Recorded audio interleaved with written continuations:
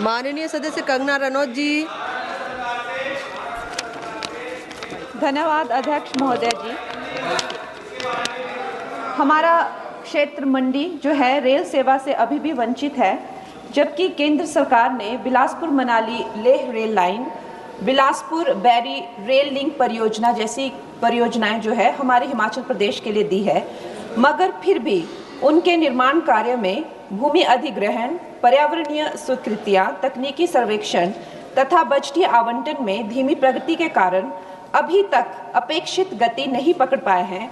अतः मैं सदन के माध्यम से रेलवे मंत्री जी से आग्रह करना चाहती हूं कि इन दोनों रेल परियोजनाओं का मिशन मोड में लाकर अतिरिक्त बजट और समयबद्ध निर्माण व्यवस्था सुनिश्चित की जाए, ताकि ये महत्वपूर्ण रेल लाइनें शीघ्र आरंभ होकर पूर्ण हो। धन्यवाद। परिणीती शिंदे जी। मी महाराष्ट्रामध्ये नुकतीच झालेली जी अतिवृष्टी आहे त्याच्याबद्दल बोलू इच्छित आहे। महाराष्ट्रामध्ये सप्टेंबर महिन्यामध्ये खूप मोठ्या प्रमाणात अतिवृष्टी झाली आणि पुराची परिस्थिती निर्माण झाली, ज्याच्यामुळे हजारो शेतकऱ्यांचा संसार उद्ध्वस्त झाला। शेती पूर्ण वाहून गेली, जमिनी खरडून गेल्या, पिकं वाहून गेले। पण ह्या ठिकाणी महाराष्ट्र सरकारने जी मदत केली ती अतिशय तुटपुंजी आहे आणि त्या उलट अतिशय लाजिरवाणी गोष्ट अशी आहे की केंद्र सरकारकडून आम्हाला जी मदत प्राप्त होणार होती ती अजूनही प्राप्त झाली नाही आहे, कारण महाराष्ट्र शासनाने केंद्राला अजून प्रस्तावच पाठवला नाही आहे। कालच ह्या सभागृहात मिनिस्ट्री ऑफ होम अफेअर्सनी कन्फर्म केलं की महाराष्ट्राकडून कोणत्याही प्रकारचा प्रस्ताव या ठिकाणी केंद्र शासनाला NDRFच्या माध्यमातून प्राप्त झाला नाही आहे आणि त्यामुळे अनेक महाराष्ट्र खास करून सोलापूर आणि उस्मानाबादच्या शेतकऱ्यांवर खूप मोठ्या प्रमाणात त्या ठिकाणी अन्याय होत आहे। महाराष्ट्र शासन करतेच, पण केंद्र शासन पण शेतकरी आमचे मायबाप आहेत, या देशाचा कणा आहे आणि त्यांच्यावर अन्याय होतोय। आम्ही मागणी पण केलेली की ओला दुष्काळ जाहीर झाला पाहिजे, कर्जमाफी झाली पाहिजे, मुलांची शैक्षणिक कर्जमाफी झाली पाहिजे शेतकऱ्यांची, पण ते देखील केलं नाहीये। महाराष्ट्र सरकार आणि केंद्र सरकार हे फक्त निवडणुका जिंकण्यात मग्न आहे। आणि शेवटचा विषय असा है कि फार्मर आईडी की जी अट है KYC साल में 4 बार की जाती है, उसकी कोई जरूरत नहीं है। वो क्राइटेरिया रद्द करके हमारे किसानों को तुरंत मदद मिलनी चाहिए केंद्र सरकार। बहुत धन्यवाद सभापति महोदय। माननीय सदस्य श्री भजनलाल जाटव जी। महोदय, आपने बहुत ही, मैं आपका ध्यान मेरे संसदीय क्षेत्र करौली धौलपुर की तरफ आकर्षित करना चाहूँगा। एक ERCP योजना के तहत वहाँ पर डोंगरी बांध का निर्माण चल रहा है, निर्माण योजना लागू की जा रही है। वहाँ पर अभी बहुत बड़ा आंदोलन हुआ, तकरीबन 1 लाख व्यक्ति वहाँ पर इकट्ठे हुए। मैं आपके माध्यम से कहना चाहता हूँ कि 76 गाँवों को वहाँ उजाड़ने का काम किया जा रहा है। ग्रामीण विकास मंत्रालय एक्ट के तहत जब कोई ज़मीन एक्वायर की जाती है तो ग्राम पंचायतों से उनसे अनुमति ली जाती है, बाढ़ पंचों की मीटिंग की जाती है, पर बगैर पंचायतों की अनुमति के, वहाँ के लोगों की बगैर अनुमति के वहाँ पर सहमति नहीं ली गई और बगैर सहमति के वहाँ पर डूंगरी बांध बनाने का ऐलान कर दिया गया है। मैं आपके माध्यम से सरकार से निवेदन करना चाहता हूँ कि उस डूंगरी बांध को निरस्त करके वहाँ के लोगों को न्याय दिलाने का काम करें, क्योंकि वहाँ पर हमारी संस्कृति है, वहाँ पर हमारी जो आजीविका के जो जितने भी साधन है, 76 गांवों के धार्मिक स्थल हैं, वहाँ पर हमारे मंदिर हैं, वो सब लोग शमशान हैं, जल स्रोत हैं, सारी चीज़ें वहाँ पर नष्ट हो जाएंगी। मेरा तो इतना ही निवेदन है कि सरकार की संज्ञान में फौरन इस काम को निरस्त करके वहाँ के लोगों को बचाने का, उजाड़ने का काम करें। सरकार की ऐसी कौन सी मंशा है कि SC ST के लोग जहाँ पर होते हैं वहाँ पर डोंगरी बांध और अन्य संस्थानों योजनाओं लाकर उनको उजाड़ने। माननीय सदस्य श्री वामसी गद्दाम जी।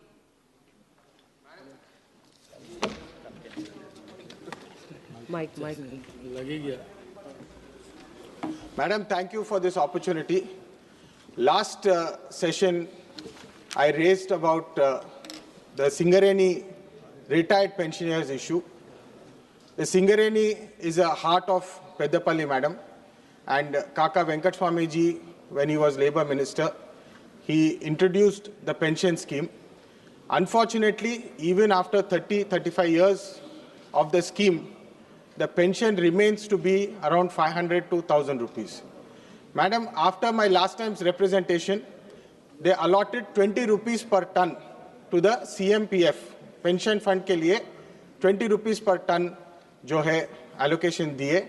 But unfortunately, till today, the revision has not happened. I rise again the Pedapalli concern, the Singareni retired workers' concern. Please put pressure to the CMPF to give what is rightfully the retired pensioners' right. Whatever their right is to get the pension, that has to be increased from 500 rupees at least to 10,000 rupees, because nowadays they are not able to live. Their daily expenses are way over 8,000 to 10,000 rupees. At least 10,000 rupees if the pension is increased. There's a case going on, madam, even today. The retired pensioners, they have put a case in the court and the case is going on. We request the pension to be increased, madam. Thank you. धन्यवाद अध्यक्ष महोदय। मैं इंदौर से आता हूं और इंदौर स्वच्छता में लगातार नंबर 1 आ रहा है 8 बार से, और एयर इंडेक्स क्वालिटी में भी हम इंदौर नंबर 1 है देश में। माननीय प्रधानमंत्री और मुख्यमंत्री जी के नेतृत्व में लगातार डबल इंजन की सरकार तेजी से इंडस्ट्रियलाइजेशन कर रही, इंडस्ट्रियाँ बढ़ रही है, जहाँ pharma, biotech, IT, startup, Raksha, textile, automobile, export आदि तेजी से बढ़ रहे हैं। मेरी सरकार से मांग है कि इंदौर में ग्लोबल मैन्युफैक्चरिंग हब के लिए नेशनल डिजिटल स्किल सेंटर को बनाया जाना चाहिए, मेरी मांग है।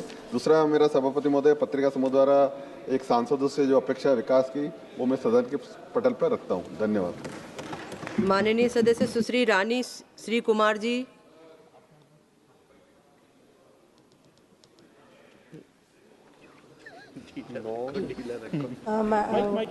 Speaker Madam, for giving me this opportunity. I rise to bring to the attention of this House the urgent need to address the significant delays in several infrastructure projects in Tenkasi district. The prolonged delay in the completion of the railway overbridge at Paur Chitram by the Union government has caused immense hardship and difficulty for commuters travelling on the busy Tirunelveli-Tenkasi 4-lane highway. This issue persists despite the fact that the state government had nearly completed its portion of the project years ago. Similarly, Ilanji railway overbridge located on the Kollam-Tirumangalam National Highway is also facing significant delays. This route is heavily used by the devotees travelling to the Sabarimala Ayyappan temple, particularly from southern parts of the Tamil Nadu. As a result, there is increased traffic and congestion, especially in Tenkasi town.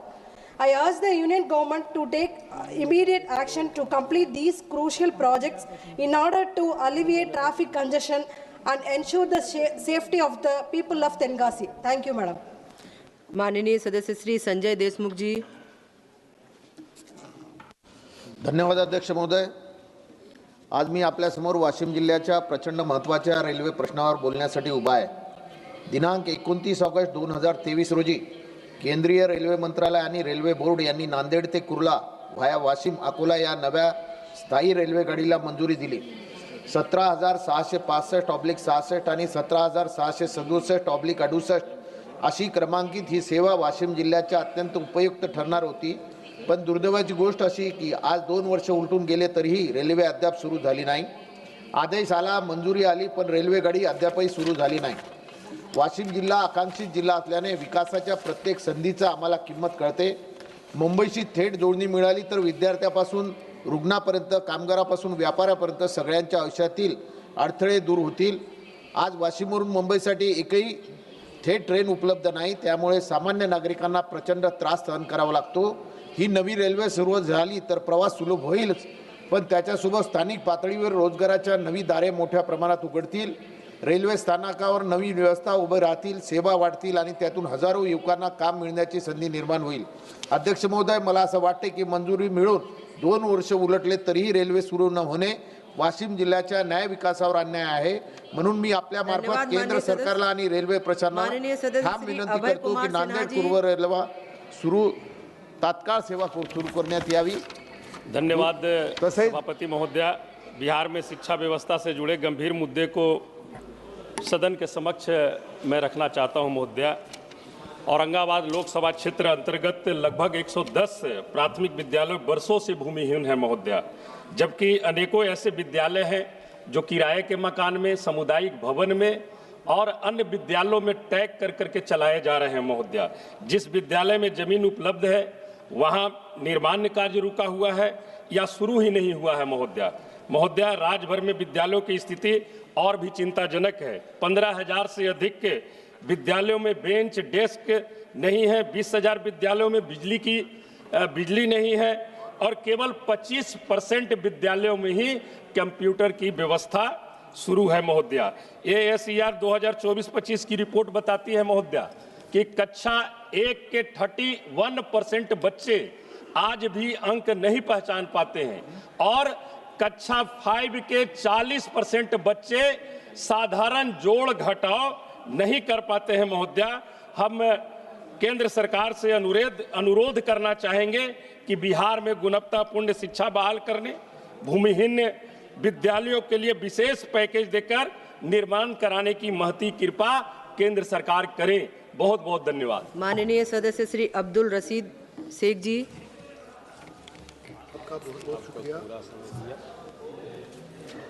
आपका बहुत बहुत शुक्रिया। मैं याद दिलाना चाहूँगा पूरे house को और सरकार को, ख़ास तौर से वज़ीर आज़म साहब ने चंद बरस पहले कहा था कि हम जम्मू कश्मीर के लोगों के साथ दिल की दूरी मिटाना चाहते हैं। अच्छी बात है, लेकिन प्रैक्टिकली अभी कुछ हुआ नहीं। लद्दाख के लोगों के साथ डायलॉग हो रहा है। मेरी गुजारिश है दोनों तरफ के मेंबर से, अपोजिशन से भी और सरकार से भी, कि जम्मू कश्मीर के